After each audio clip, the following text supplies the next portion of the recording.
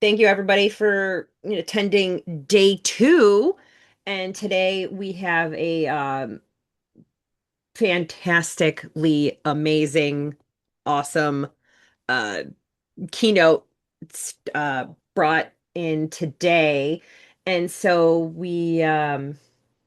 this one is about the impact of AI for the in higher ed AV. And so, Byron, take it away, sir. All right. Good morning, everyone. Let me just see if I can share my screen here.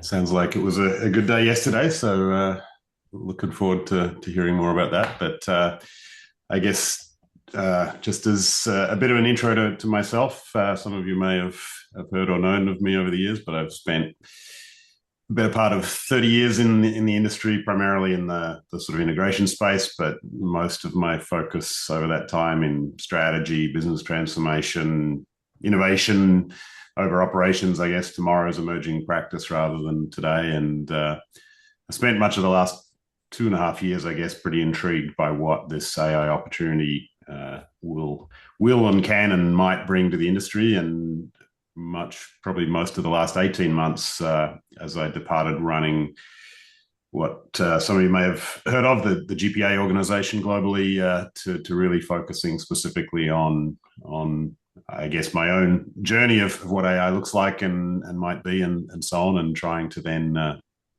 bring that to the wider community. And so formed as a result of that an organization called Next, which I won't read all of this, but essentially that's the sort of mission of a bit of a sort of a social enterprise organization, I guess, to try and support the industry in its journey and so on. And we essentially do that through the journey that we all tend to face in terms of how we progress from learning and events and education and so on, just trying to sort of understand to get to the point where we at least know what we don't know, then community where we challenge each other in our peer network and so on, try and find new peers to help us sort of validate moving into a sort of a consultancy and advisory reality where we need to bring in those that have some sort of broader experience and expertise and so on. And then ultimately, while this is still sort of emerging from a Next standpoint,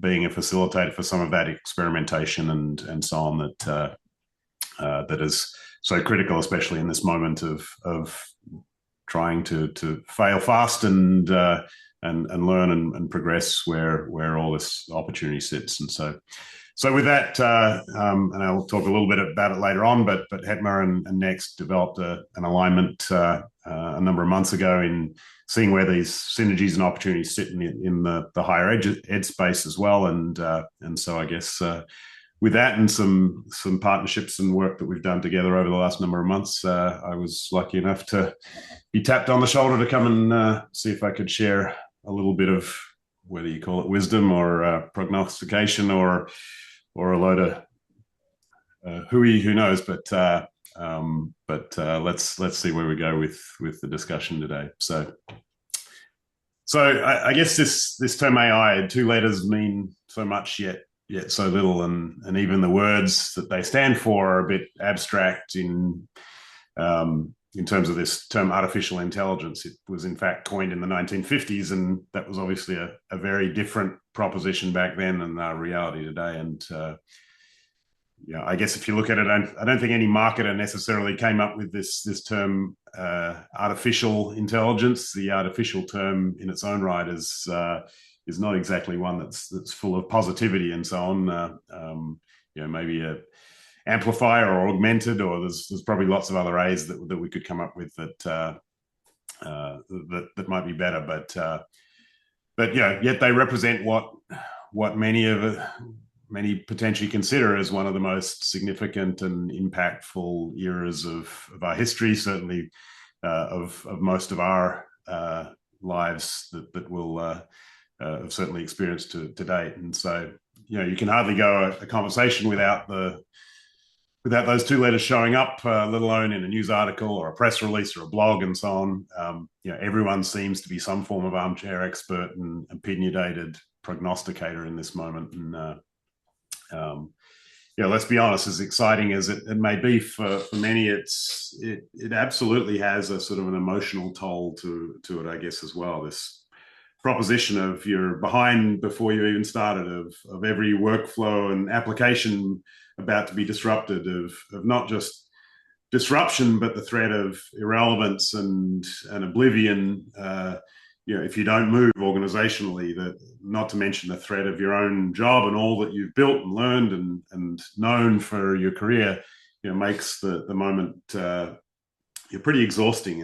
And so even for the most optimistic, the most progressive, there's this sort of embarrassment of riches of where to start, and that sort of is fighting, I guess, the inertia of human nature and those around us, and it tends to create as much stagnation as it does momentum. So I guess perhaps a thumbs up from anyone if that sort of feels like the reality for you at the moment, in terms of that sort of turmoil that we're all facing, whether you're optimistic or pessimistic about this process. But I think it's important to know that this is not an uncommon or unknown reality. In fact, I'm not sure how many of you have heard of Astro Teller, who's CEO of Google X, or their Moonshot Labs, or X Labs, as it's often referred to. But he coined this concept quite a while ago of Astro's graph, as it's referred to, and that is that the speed of digital technology evolution travels at an exponential rate, and yet our human capacity for adaptability is far more linear. And indeed, as you move from individual to organization to institution, that tends to get slower and slower. And here, your lives as technology managers live squarely in those organizational, institutional scale realities that is about trying to balance that shift, that exhaustion, I guess, that occurs between the potential of technology and yet our capacity as humans to be able to adopt and embrace that. And so let's offer that as a license for everyone to take a breath in this moment and recognize that everyone else is in the same boat. And I guess there are no experts in this moment of change, and certainly not me as we ask this question. And so I guess I sort of preface everything here that my intent here is not to sort of come out of this to tell you all the answers. It's one that will travel together. And look, it's also one in a reality as you talk to a wider audience and so on, that we'll all travel at a different pace, individually and organizationally, depending upon where you sit in terms of adoption realities, not to mention the needs, the problems to solve, and the opportunities to tackle, the practical limitations that you face in your particular role and institution, and skill sets and so on as well. And so, that said, I think there are commonalities that this community collectively faces, and hence the value of sessions like this and the community itself. And I think you all are in some form likely tasked with contribution or leadership of some of these following sorts of mandates. So, as I say, let's agree today that my expectation isn't to have you come out of this presentation having given you magical answers as to how to progress and what to do. It's really to try and open the door to hopefully some inspiration, to give you some ideas and some foundations to build upon, and hopefully try and sort of ignite some of the steps forward to get out of some of that inertia, that exhaustion, and that tendency in all of that opportunity to stall, and to actually give some of those first steps to progress as we go. Does that sound fair? That sounds like a good goal to cover in the next 50 minutes or so. So I'm gonna pose a question here, and again, perhaps use the thumbs up or maybe thumbs down, I guess, if in how you respond. But who would make a statement that I think I have a pretty good sense of what this learning and collaboration proposition is going to look like in 3 years from now, based upon the speed of change and everything that's happening at the moment. So I'll let you kind of think a little bit about that, but I want to preface that with the framing of a concept you may have heard of in some form or another, even if it has varied origins. It sort of tends to be most recognized these days in a concept called Amara's law, and that is that was generated by Dr. Roy Amara, who was well, as you see there, a researcher, a scientist, and a past president of Institute of the Future. But his premise is that we tend to overestimate the effect of technology in the short run and underestimate the effect in the long run. And so, I think that's a reality of this moment, in all that pressure and all this potential of AI as what it's going to change. The reality is, we know, based upon that human condition and so on, it may not necessarily progress quite as fast as we expect in the short term. Yet the reality is some of those impacts, as we start to stretch our lens a little bit further out, we tend to naturally not be able to think in those magnitudinal shifts, and the reality is the impact is likely to be greater in the future. And yet, in this moment where this time scale is shifting, the speed of change is shifting, and so on, I'd argue the reality is that longer term impact is likely to actually hit us far faster than we are perhaps used to as well. And so, that's an interesting dynamic that we need to kind of prepare ourselves for, as we start to sort of challenge ourselves in how quickly we do need to be reacting and responding, and what we need to be thinking about. And so I think, as that role of manager that we all face, what is that journey that we travel? This proposition of managing tends to be about what we know. When we move into that, and many of you probably have seen or heard this wheel before, but when we move into at least knowing what we don't know, we tend to try and mitigate, whether that's taking steps to protect what might be coming and so on. But we know enough to be able to make some fairly educated guesses. The problem is, the biggest part of that pie, and ever more so in this moment, is that we don't know what we don't know, and the only path to that is exploration and learning and prediction and whatever we can do to try and prepare. And so, as we look at this gap, I guess, or this graph, there's the exhaustion there, but I think that's also the opportunity. In opportunity, in maturation means the boring, progressive, smaller, iterative improvement, and so on. But in change, as innovation is entrepreneurialism, is the potential for better. And so, as we remind ourselves of the foundational why that drives most of us, I would argue, probably to the job that we do, if especially as we take this view around collaboration and the humanistic elements that have probably driven many of us to the collaboration focus as opposed to the broader IT focus.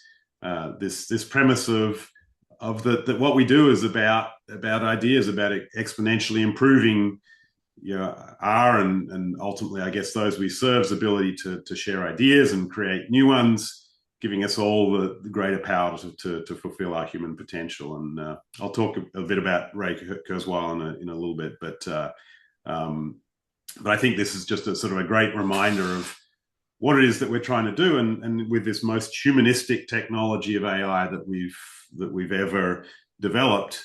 I think there's a real connection to this proposition that our opportunity and our imperative is really built around this proposition of making it that collaborative partner that actually allows us to fulfill our human potential, rather than fear it in terms of the potential of what AI has to do to replace us and so on. And so, I think as we look at that why of what our role is in technology management and so on, It's actually to try and collapse that gap, to take the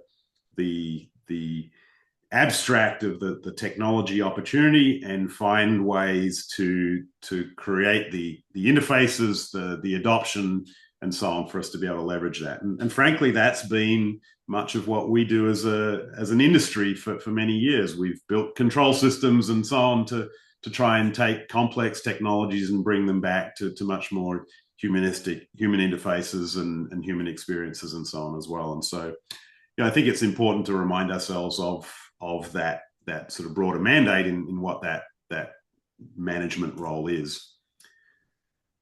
But I'd argue that this idea of innovation, this idea of how we fulfill and achieve that objective is the hard piece, and it's one that we often sort of see as abstract. We think of the Steve Jobs sort of savant innovator. Although I actually read something interesting the other day that it actually took quite a long time for Apple's engineers to convince Steve Jobs of the value of turning the iPod into a phone. So it's definitely not necessarily as simple as these sort of brilliant innovators and so on. But people like Google have built methodology around this premise of getting beyond incremental thinking and into truly innovative moonshot type thinking. But as individuals, we tend to sit here and think about those as abstract third parties that are responsible for those types of innovations and so on. And I think in this moment, the question is, particularly for an industry that isn't necessarily built on a foundational DNA of innovation and so on, that tends to often be slow to adapt. What we need to start to do is challenge ourselves as well. Where can we find that DNA, that learning, that practical methodology of innovation and change in this moment and so on? And that's been a lot of the focus around why I think there is such an imperative and opportunity in the higher education space, in institutions that have been built around a very foundational mandate of that sort of exploration, innovation, and so on. I found this the other day and loved it. Ethan Mollick, who was a great AI thought leader that I'd challenge everyone to follow if you don't already, out of Wharton, ran an MBA class and by challenging that sort of broader mandate, saw in a couple of days of exec MBA business level class that they generated more quality of output and readiness to essentially drive startup innovation in a matter of a couple of days when equipped with AI than was typically coming out of months, a full semester of work in time past. And so as we start to challenge that premise of innovation and start to challenge the premise of what teaching methodology and pedagogy and so on is, there is huge opportunity in the foundations of what the higher education space and that resource space that you both serve and can draw upon to become true leaders, I guess, in this moment. And there's certainly plenty of example in this in some of the sort of elite, let's call it R1 institutional propositions of some of these institutions that really have built foundational methodology in terms of what innovation workflow looks like. And so for a start within the broader community that HETMA has, there's absolutely the ability to draw upon some of those foundations of learning to make sure that collectively across the higher education community, but ultimately as a leadership role to our broader industry, there's plenty of place to go and actually start to learn some of that practical methodology. I know Joe and I have spent quite a bit of time talking about this proposition of R1 and the mandate and leadership that occurs there. And some could argue that this proposition of some of you that may sit in some of those more sort of community college oriented, smaller institutions and so on, that perhaps the role is of some of those leading institutions to play there. But we also have had some conversation that R1s are the big slow to move institutions to some extent. There's more agility in community colleges. There's more growth in many instances of the practical nature of the community college. And so I guess I want to challenge everyone that, and I'll talk a little bit about it in a second as well, that this is a moment that we all keep hearing that is not limited to those with the big funds and the big resources and so on. Startups of a dozen people can sell for billions of dollars while far more established organizations can't. And so, I guess as I mentioned in terms of this sort of proposition of inspiration and a foundation for you to all to sort of inspire yourselves, that I don't think that anyone on this call has any reason to believe that they can't play an active kind of leadership role in this moment. But let's bring some of that inspiration a little more practically and tangibly here. Does anyone have any knowledge of what the speed, if we're talking in the sort of technology terms of bits per second, what is the speed of human speech? I won't force someone to answer here, but 39 bits per second is roughly the speed at which we can communicate in terms of human speech.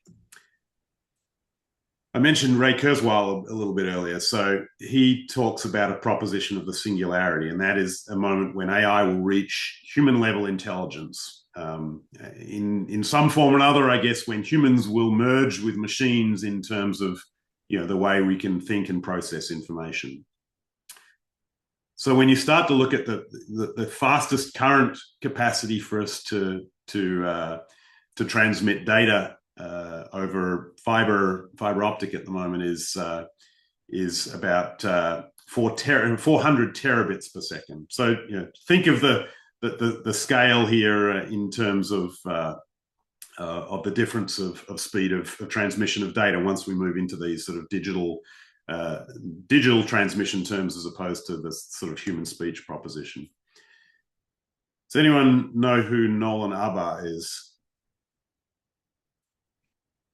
So Nolan is the first recipient of the Neuralink, Elon Musk's Neuralink implant. And if you go and learn a little bit more about that, essentially this implant learns by asking someone like Nolan to think about what it is that they wanted to do, and it now essentially reads those brain signals. And so as you think, starts to be able to recognize the neural patterns that occur as you're thinking about that particular thing and starts to learn from that. And so he's now at a point where he not only can just control a cursor on a screen, but he terms this concept aimbot in my head, because the implant reads those signals, bypasses all of that sort of friction of the physical delay as your brain sends a signal down to your hand, and your hand then moves the physical mouse and so on. He just thinks about where he wants to be on the screen, and the cursor is there. And so if you start to sort of think about those types of propositions of that efficiency premise going between 40 bits per second and 4 terabits per second, and we start to just sort of think about what that might actually mean, when you go back to this proposition of the singularity, Ray Kurzweil's estimation is that starts to occur somewhere within the next 4 to 5 years. Now, again, let's recognize this proposition here of the short-term versus the long-term impact and so on. I don't expect everyone to have a Neuralink implant in the next 4 to 5 years, but let's start to use that as some of the challenge as we start to say what starts to happen in this proposition of human collaboration, human communication, and what it is that we do as an industry to bring collective diverse thinking together. If we can start to speed the proposition of how effectively we communicate and collaborate with each other, what is the foundation of what this collaborative process might look like in the years to come? And so, I think it's always interesting to just start to sort of challenge ourselves. And we'll talk a little bit about in a second here the the way we need to start to think about that innovation. But I hope to date, we're at a point where I don't think this is really now about the why. I don't think any of us really questions much of this opportunity and so on. But the practical reality for you as a technology manager in living today's reality is it's much more about the how, and indeed the when and the what and the who do we progress on this proposition. So I want to give you a sort of a framing here to think about it. It's a concept I didn't necessarily specifically come up with, but called frictioneering. But this idea of, we live in a moment today where there's invisible frictions all around us. It's only when we start to make those frictions visible that we start to recognize the cost of that friction, the effort involved in it and so on, and start to question, well, would there be a better way?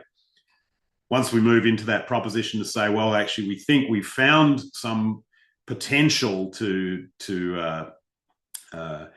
solve some of that friction, we've now got to look at, well, what are the inertias, the potentials to overcome that. And at some point, if indeed we progress, we get to a point where we get to a new normal and we return to this sort of new normal of sort of invisibility of those next frictions. But the big challenge here really is this capacity or cost to frictioneer. And I'm not talking about cost just financially. I'm talking about emotional costs, human realities, financial, technical, all the elements that need to be unlocked before we can sort of shift out of that inertia of the traditional, whether it's visible or invisible. We know there's plenty of frictions that are visible to us that we just haven't figured out a way to effectively solve. And so, to give you a quick example of this, the reality of the Uber proposition, we lived in this invisible friction of the taxi approach for many years. That may have been visible, some of those frictions or issues might have been visible, but it took a long time before we found that sort of opportunity of frictionless or friction removal before we could sort of move into some of that new normal. But I want to recognize that Uber didn't just happen because of some brilliant person that came up with this concept, technology concept. It happened in conjunction with a whole lot of other shifts, other technology shifts, the mobile phone, GPS, secure payments, cloud, 3 and 4G, and so on. But it also happened in alignment to a bunch of social shifts as well, of things like the gig economy, taxi regulation, insurance evolutions, this stranger trust, reputation rating proposition, and so on.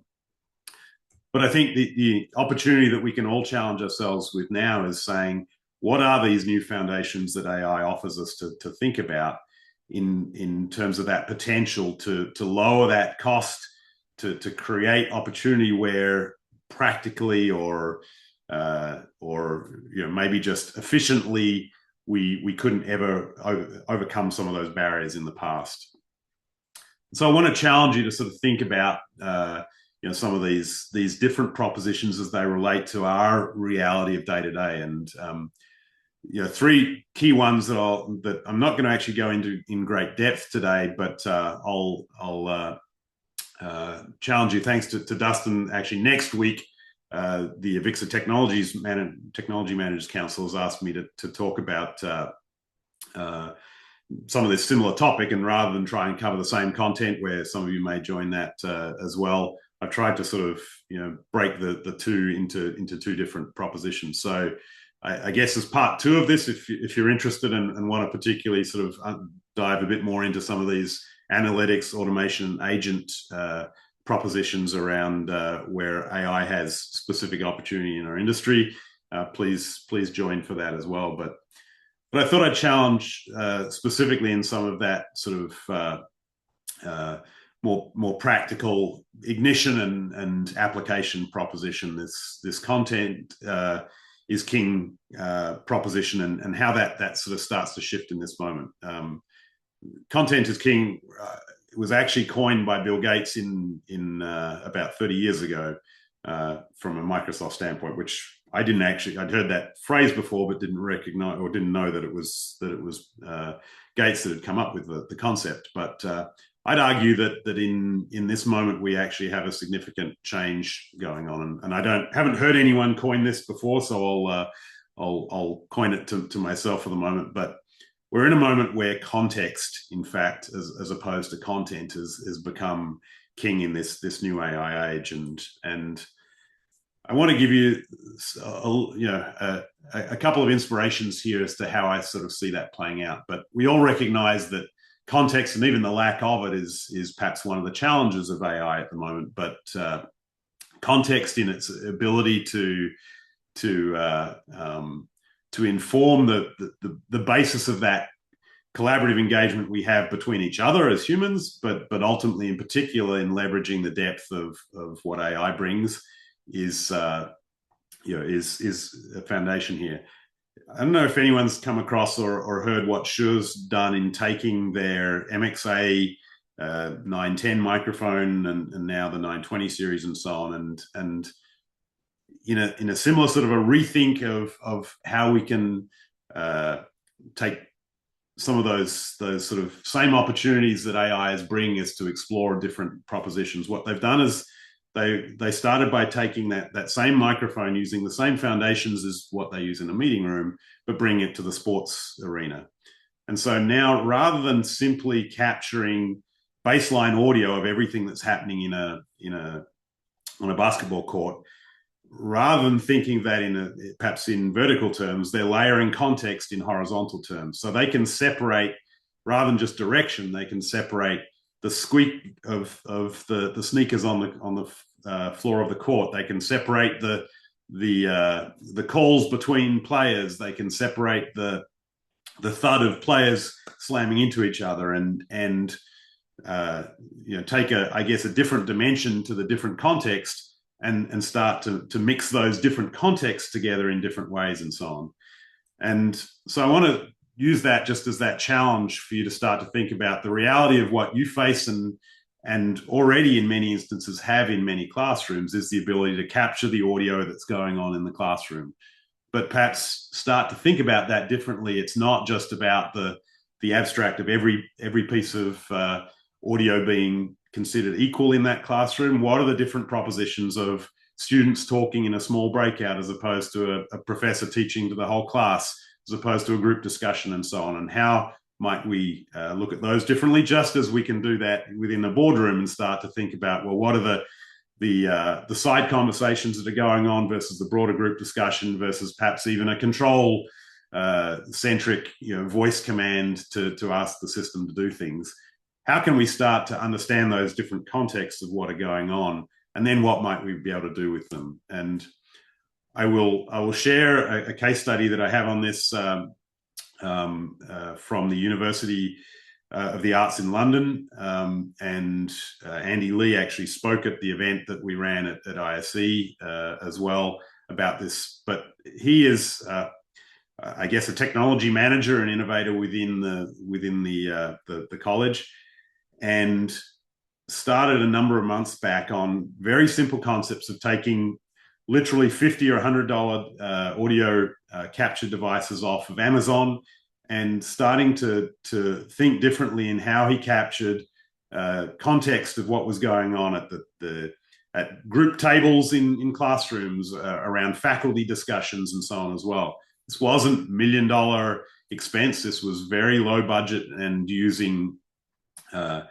basic off-the-shelf AI tools in terms of capture and analysis and cleanup and so on, and is foundationally starting to shift the very nature of teaching pedagogy in the organization, shifting the dynamics of how students perceive the idea of AI generally, of the concept of having their conversation and discussion listened into, and shifting sort of mindset from Big Brother is listening to actually giving them tools to think differently and work differently and so on within the classroom and so on. And so, I want that to be a bit of an inspiration, I guess, to challenge, to say that wherever you are in in that proposition, that the hows are not necessarily beyond reach. They don't take big budgets and big mandates and so on. Many of these things are practical things that you can do at relatively low budget just by starting to kind of think and experiment and play. So, I guess, here's a question, another question. Who has a formal institutional or even departmental AI innovation strategy? Perhaps, thumbs up again if you want to sort of reflect some of that storyline there. But why I ask this proposition, and I guess a subsequent follow-up question: who has a formal AI impact plan? The reality in your management proposition here is you have to have some sort of a proposition to react to this moment, and this is a broader concept that or principle that we've developed around that react proposition or reaction proposition. You have to have a strategy to start to think about what is the steps that I as a manager can need to start to think about and challenge today in the design process, the management strategy that you have. What is the design architecture? What is the financial model and capex or 5-year capex versus perhaps shorter capex or even into as a service type models? What do I need to think about in terms of the agility that's going to be required in these spaces in the future, the management tools, the analytics, the sustainability impacts, even the skill gaps and so on? Your mandate as a technology manager is to indeed be starting to think about these things. So when we start to look at this reaction proposition as we sort of move from the realization and energization of understanding that we need to move and do something into application and confronting some of the challenges to translating and iterating that into practical experimentation and so on, and ultimately into operationalizing it and normalizing that. There are I talk about this premise that AI innovation is a team sport. This is not just up to you. This is not your job solely to go away and have to solve here. In fact, it is this team proposition. You need to decide where you sit and indeed how you can assemble the right teams around that, from the catalyst, the executive sponsorship that starts to recognize and empower the broader community and teams around you to start to act. The frictioneer, the innovator, which may in many instances be where you sit, where you become the disruptor, the innovator, the person challenging and looking for those applications and confronting those old friction full habits and start to challenge what that new potential might be. Or maybe you're more technical. Maybe you or indeed one of your team is more of that digital native, the maker, the person already playing around with Claude and Codex and Gemini and so on, who can in hours achieve at least prototypes of what might have taken months and huge effort in the past. And or who is the scaler, who is the IT operator, the individual that can start to then look at taking those proofs of concepts and so on and start to challenge against all of that infrastructure and rule and guideline and so on, particularly at sort of organizational, institutional levels, to say, how can we scale this more broadly?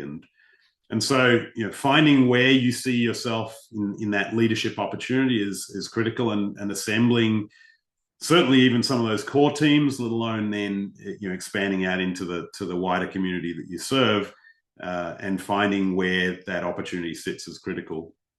And how are you going to do that? You're going to do that through that same kind of workflow that from a next standpoint that we've sort of tried to architect, from learning like this to challenging those within the community, to bring in outside thought leaders to help if need be, and ultimately into making sure that practical experimentation becomes a foundation to what you do. And certainly while that may drive lots of external proposition, I challenge you that the best and easiest way to start is to start where you have control, those internal propositions of efficiency and workflow and teamwork and so on. So I want to kind of leave with some practicality here for you to start to sort of really think different in that mindset that you need. We tend to this is a book again has come out of academia from Harvard from two individuals, Mark Johnson and Josh Suskowitz, but our tendency is to sort of think, if anyone knows the business model and value proposition canvas from Strategizer, to think of today's jobs and then to look forward in terms of what are those frictions or pains and gains we can solve and so on, and then what are the products and services and solutions that we can solve from there. But in this moment, we actually kind of need to sort of reverse that proposition. We need to actually start to recognize that the jobs of today may not be the jobs of tomorrow, and start to have to kind of look at that future proposition. Don't project forward from today's constraints, but actually start to challenge yourself with some of those potentials that AI is unlocking that were simply not feasible and practical in the past. Look to tomorrow's potential of, if I could unlock this, what might the jobs of the future be? And if we can challenge that sort of a proposition, if we can bring the thinking that exists already so predominantly within academia and so on, then this group of technology management leaders has the potential to not just follow, but in fact to play a leadership role, not just within the higher education space, but within the wider industry itself. And so, I guess my challenge to you at the moment, to all of us, is, if I was to take this mouse and throw it, through the virtual screen to you, are you the baseball pitcher, that is itching to get the ball and wants to get out there and wants the pressure of this moment of opportunity and so on? Or is this whole thing an AI hot potato that you simply see as a something too hot, too full of effort and exhaustion and difficulty and so on, and are simply passing the potato on as fast as you can to someone else's responsibility, and you'll just wait and be told what to do. So my hope today, I guess, is that maybe I create a few sparks, and certainly come join us in a week's time for that the sort of potential follow-up discussion here as we get a bit more into some practical specifics. But I think my hope is that the first challenge next does, and indeed that this community is doing to you, is challenging and inspiring you to take this moment of opportunity and seize it to go and refine yourself as to what it is that inspires you to be in this industry, and what is it that inspires you to do the job, and the why of what you're enabling within your institution, whichever size and scale it is, and that I urge you that there is opportunity, no matter what role you're in, no matter what size of institution you're in, to be a leader and to be a part of building the future that we have ahead of us, with this incredible opportunity of technology that we're so passionate about, but that is as humanistic a technology and enabling a technology as we've ever had in front of us. So with that, I will pause, and Joe, I'll kind of perhaps hand to you or Erin or any of the team to kind of perhaps moderate the next 15 minutes that we can leave open for some broader discussion, whether you want to challenge some of those questions that I posed through the discussion, or just a Q&A, or however you want to progress from here.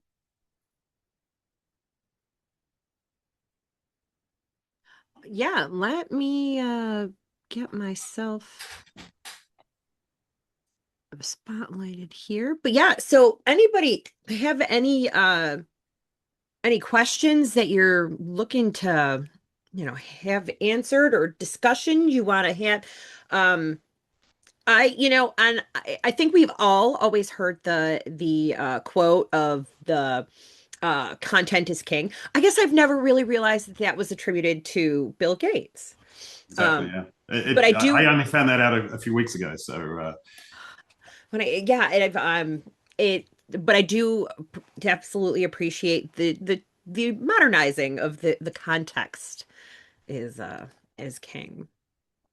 Well, let's see. Anybody, usually we're a chatty bunch here, so I think it's everybody's still waiting for their caffeine to kick in. Um, I'll jump in. I'm curious about Mike's unpopular opinion because I, I don't know. I disagree a bit because I think that that's just not how technology works. So I don't know if people want to read. I'll read it unless Mike wants to come unmute and share it. Uh, because I think one of the things that we're seeing, and maybe just because this also kind of falls in my area and my peers, is we're also seeing, while technology and AI is definitely, going Moore's, if you take Moore's law and you see the doubling, over doubling, over doubling, but we're also seeing quantum computing. We're also seeing the technology on all sides. While AI is moving faster, well, so are all everything else going up to it. I think it's the same if you look at the same conversations we've had with content transfer and like how much can you send down one pipe, right, as bandwidth. Well, at the same time, compression's getting better, right? So we can, but also I think that same thing applies with AI, and we're able to see as the growth goes, so does technology improve the things needed to support it. The monetization side is interesting because I think that's really where you're going to see it. Anyway, I don't know. I'm processing it, Mike.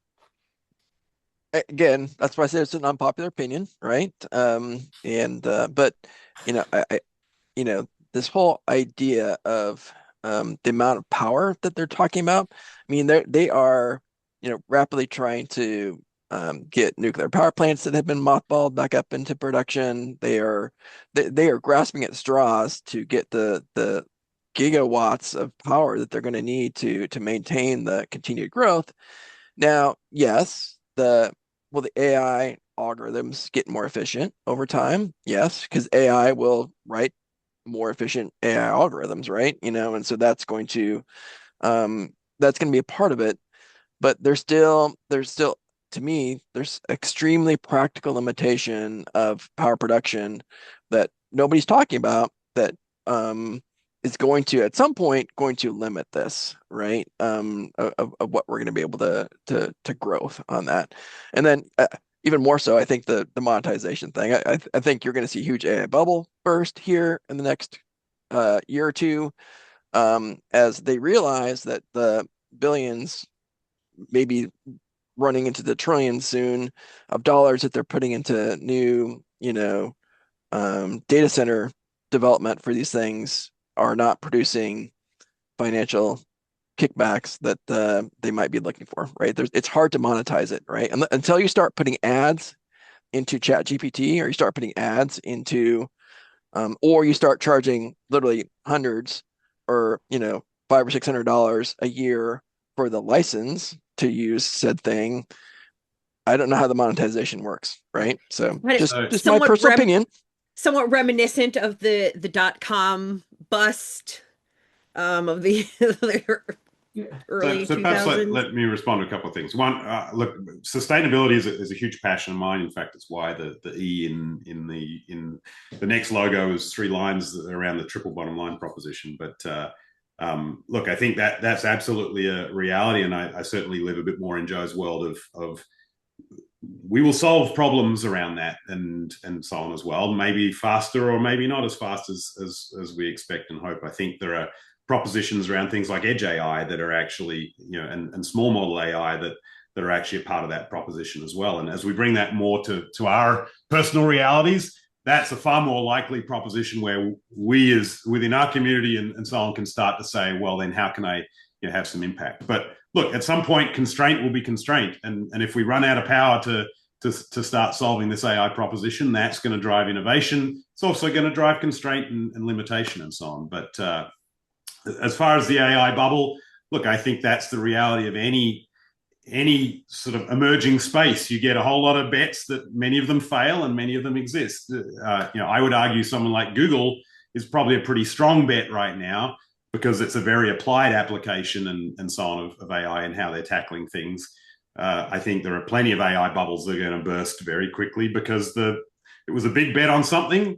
And look, that's what VC does. They bet on a whole lot of things, and 9 out of 10 of those things fail. Or in the Google X Labs world, 95, 99 out of 100 of those things fail, but we learn and we grow. What didn't happen in the dot-com bubble is we didn't all go back to abacuses and so on.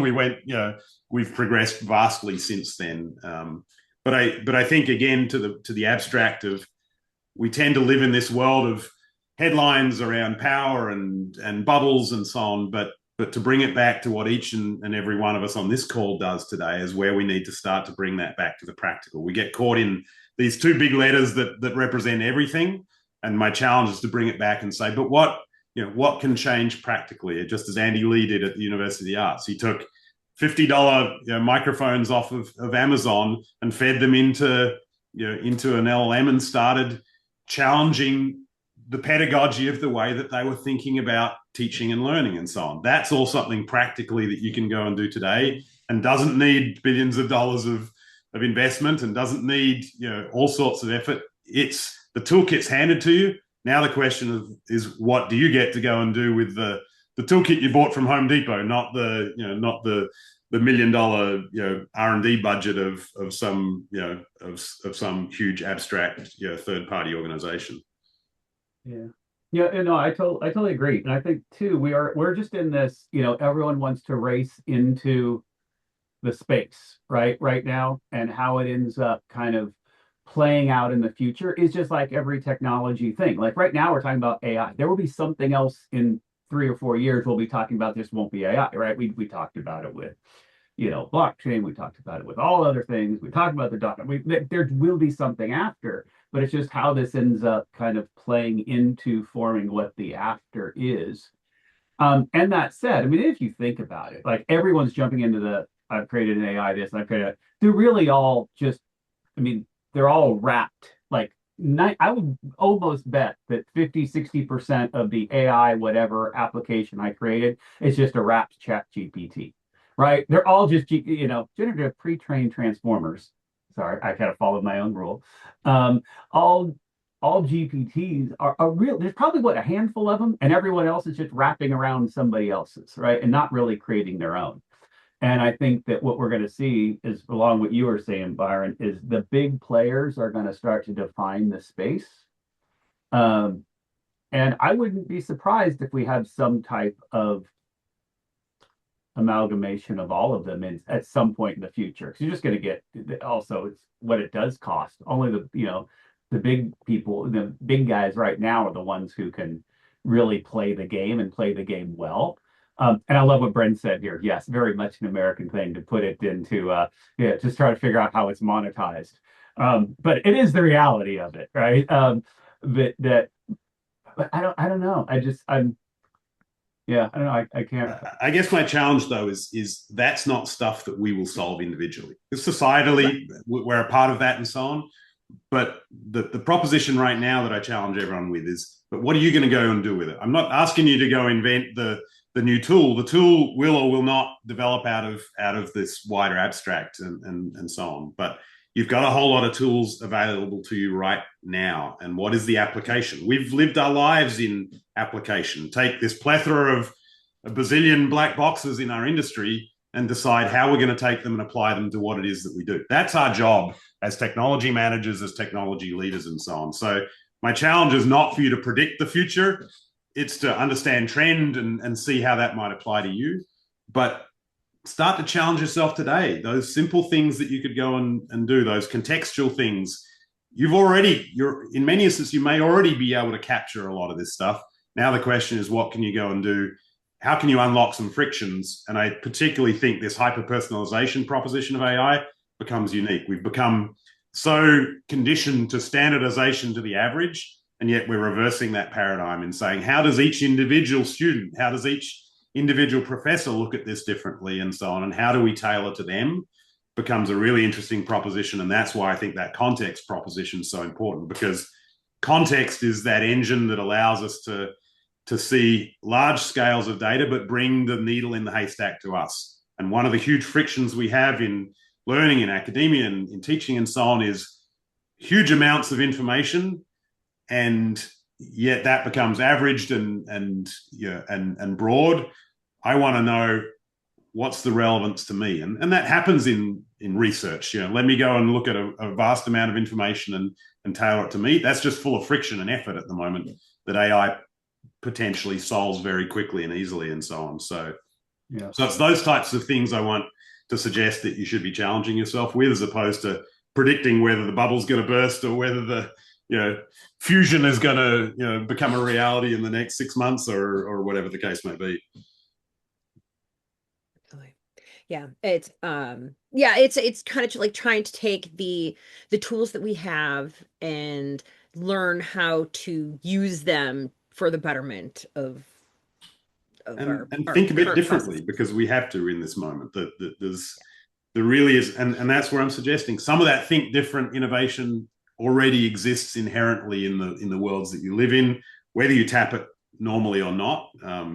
And whether in the corporate or in the educational space, I'm sort of challenging the end user community to say, rather than wait for the innovation to come to you.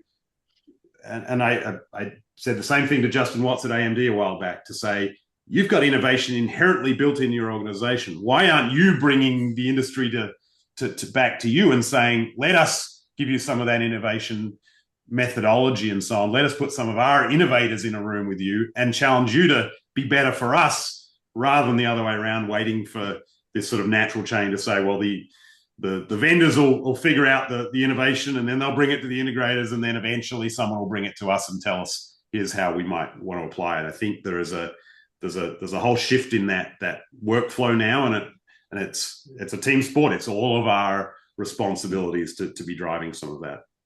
No, absolutely. And I think because of all of us working in technology that are, attending this conference right now, we tend to be on the earlier adopter side of the curve.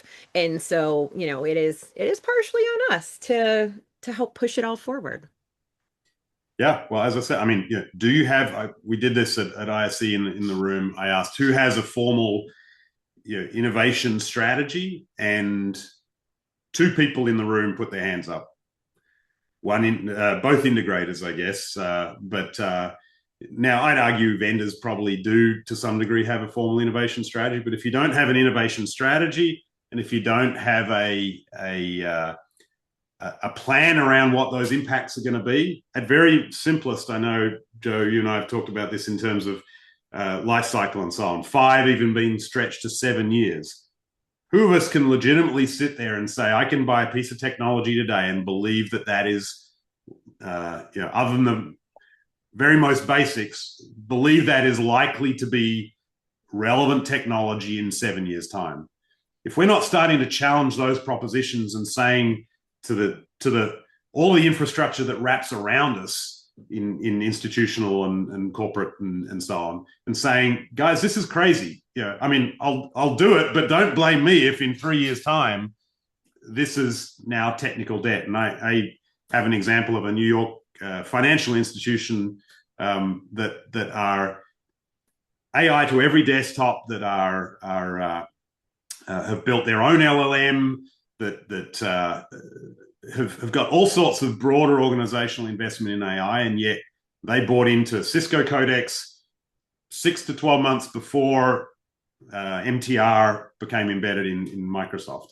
So they've now spent the last 2 years, and they've got another year to go on their depreciation before they can replace their meeting room infrastructure. So only 2% of their meeting rooms are AI equipped, while every other part of their organization is traveling down this road. If you're not starting to think of that sort of stuff, not just the technology, but the ecosystem, the workflow, the way it's managed and paid for as a technology manager, then we've got a question: are we doing the job that we should be doing? And that travels back to the integrators, the types of questions that should be asked, and so on. So that's some of what we'll tackle a bit more next week with that Avixa Technology Managers Council that I'll offer everyone to think about attending as well. Excellent. Well, thank you so much, Byron, for sharing your knowledge with everybody. This has been a fantastic keynote speech.